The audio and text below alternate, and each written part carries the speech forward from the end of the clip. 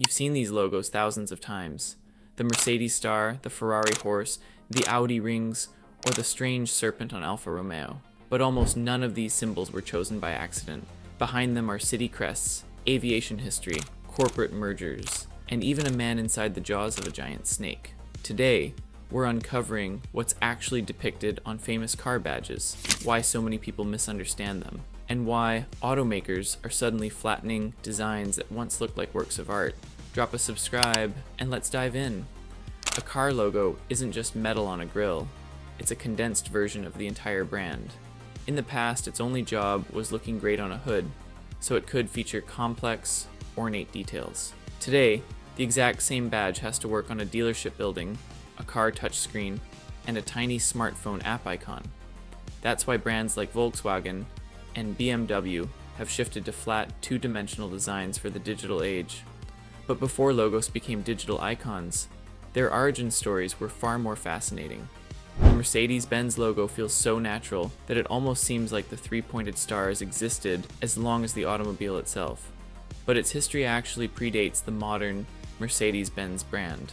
In the early 20th century, Gottlieb Daimler's sons, Paul and Adolf, adopted the three-pointed star as a company emblem. Later, it was merged with Benz's laurel wreath when Daimler Motoren Gesellschaft and Benz and Sae prepared for their merger in 1926. The most famous interpretation of the 3 points represents the company's ambition to dominate land, sea, and air with their engines.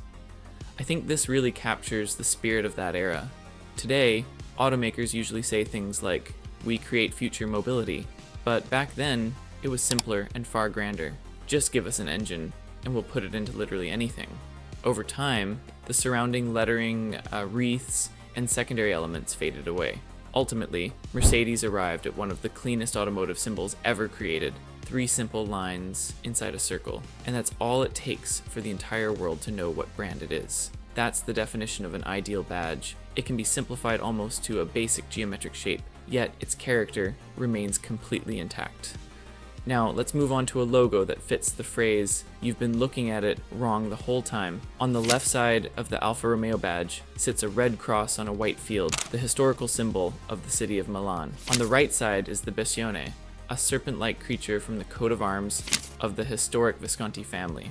You can still see this crest on historical monuments across Milan. According to official Alfa Romeo history, the idea to combine the Bestione with the Milanese Red Cross came from illustrator Romano Cataneo and engineer Giuseppe Merosi.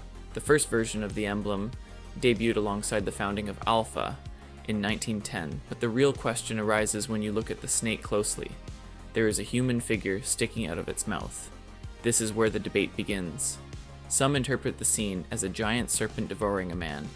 Others believe the person is actually emerging from its mouth, symbolizing purification, rebirth, or victory over an enemy. Alfa Romeo usually emphasizes the historical connection to Milan and the House of Visconti, rather than the literal eating of a human. Honestly, this is one of those rare cases where ambiguity only makes the logo more interesting. No modern corporate designer today would say, "Alright, let's put a cross on the left, a giant snake on the right, and put a guy inside its mouth. Perfect, send it to the client." But it's precisely this bizarre detail that makes Alfa Romeo so instantly recognizable. The badge has been updated many times, cleaning up text and simplifying details, but the red cross and the Bestione have survived for over 100 years. Remove the snake, and you're left with just a pretty circle. Keep it, and you keep a piece of history. Today, Ferrari's prancing horse is synonymous with speed, racing, and expensive red supercars. But originally, it had nothing to do with road cars, or even the Ferrari company itself. The symbol was used by Count Francesco Baracca, a legendary Italian fighter ace and war hero during World War I. In 1923, Enzo Ferrari met Baracca's parents. According to Enzo's own memories, it was Baracca's mother who suggested he put the prancing horse on his cars for good luck. Enzo kept the horse black, but added a canary yellow background, the official color of his hometown, Modena. The badge first appeared on Scuderia Ferrari race cars in 1932, and later on the very first Ferrari road car, the 125S, in 1947. What I love about this story is that the Ferrari logo wasn't born out of months of market research. Nobody ran focus groups asking which horse looked 7% more premium. It was a personal emblem tied to war, memory, and good fortune. And over time, it became so fused with the brand that today, a simple black horse on a yellow background can be worth more than entire cars.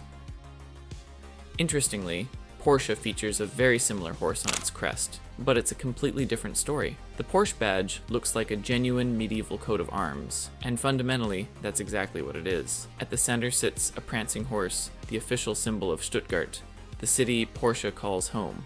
Surrounding the horse are elements from the crest of the former state of Württemberg-Baden, including red and black stripes along with antler horns. This means Porsche literally wears its birthplace right on its hood. That's why the emblem ages so gracefully. It was never trendy in the conventional sense. Because it looked like a historical crest from day one, it doesn't need to pretend to be modern every 5 years.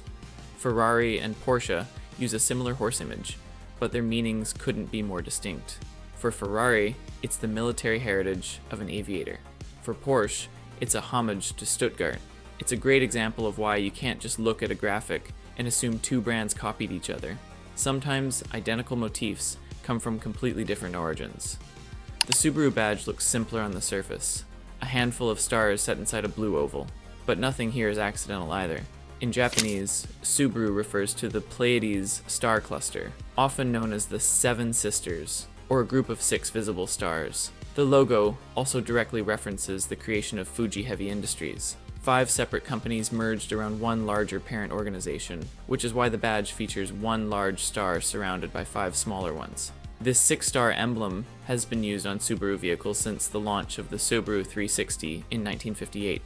Here, the name, logo, and corporate history align perfectly. Subaru means coming together or uniting. That makes the logo far more meaningful than just, hey, we like space, let's draw some stars. Though visually, it does make the car look like it was prepped for interstellar flight rather than just a snowy mountain pass. People often view Audi's 4 rings as simple, elegant geometry. You'll even hear jokes asking whether they represent all-wheel drive or the 4 wheels on a car. But the real history is much more specific. In 1932, 4 independent German automakers, Audi, DKW, Porsche, and Wanderer, merged to form Auto Union. Each ring represented one of these 4 companies. Originally, the individual logos of all 4 brands were placed inside the rings, but over time, those cluttering details vanished while the 4 interconnected rings remained. This is one of the best examples of successful minimalism. Most modern buyers might have no idea what DKW or Hork ever were, but the 4 rings continue to perform effortlessly. Sure, the original literal meaning got a bit lost over time, but brand recognition skyrocketed. It raises an interesting question. Does a good logo need to explain its entire history at a glance? Probably not. Sometimes it just needs to be intriguing enough to make you look it up. With the Hyundai badge, everything seems self-explanatory. It's a stylized letter H inside an oval. Case closed, right? But the company actually explains the symbol in a far more creative way. The stylized H is designed to represent 2 people shaking hands, a company representative on one side and a satisfied customer on the other. The surrounding oval symbolizes the brand's global reach.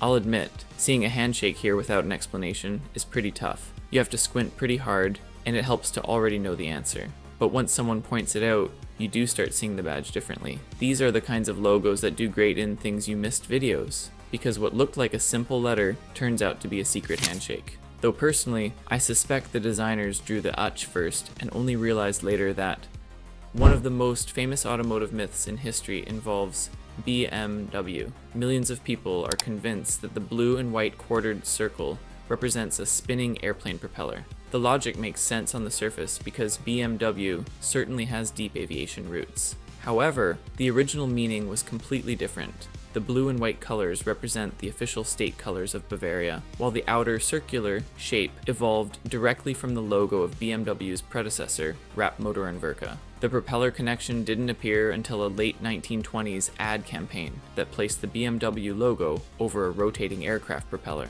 BMW acknowledges that this interpretation stuck so strongly that it became an unofficial part of the brand's allure.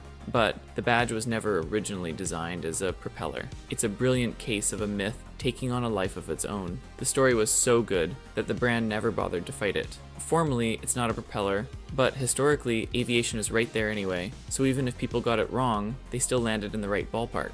If you look at vintage car badges, they often look like pieces of fine jewelry. 3D volume, chrome glints, drop shadows, rich textures, and tiny etched lettering. In the 2000s, this was everywhere. Designers tried to turn every logo into a shiny metallic badge right on your screen. Today, the trend has completely reversed.